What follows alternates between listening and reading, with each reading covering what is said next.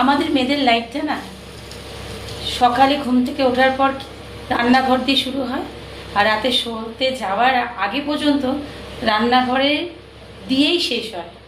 তো চলে এসেছি রান্নাঘরে। শুভ সন্ধ্যা সবাইকে জানাই। সম্পার কুটিরে ছোট্ট একটা শট নিয়ে আসলাম। চলে এসেছি রান্নাঘরে। বানাচ্ছি হচ্ছে ঘুগনি মটর, এই যে ঘুগনি আর আলু, এই দিয়ে সোহাগ খাবে। সোহাগের শরীরটা প্রচণ্ড খারাপ, তোমাদের বলেছিলাম যে সোহাগের শরীরটা ভীষণ খারাপ। কি খাবে বেচারি বুঝতে পারছে না। তো ওকে কী দেবো সেটা আমিও বুঝতে পারছি না, কোনো কিছু খাচ্ছে না। তো দিয়ে দিলাম আলু। আলুটাকে একটু প্রেশারে ভেজে নেবো।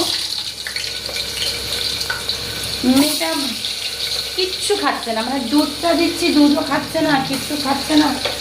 তা ভাবলাম এখন ঘুগনি আর রুটি করে দিই, ও ঘুগনি রুটি খাবে। দেখতে থাকো। ফাইনালি ঘুগনি রেডি হয়ে গেছে। তো আর্ট খাচ্ছে ঘুগনি। আর ঘুগনি খাচ্ছ তো? কেমন লাগছে বলো? গুড, ভালো লাগছে? কী কী দিয়েছি? ঘুগনিতে দিয়েছি ওপর থেকে ঝুড়ি ভাজা, পেঁয়াজ, আমারটায় দিয়েছি কাঁচা লঙ্কা, তারপরে হচ্ছে তেঁতুল গোলা। 10 में दूंगा इसको मैं 9।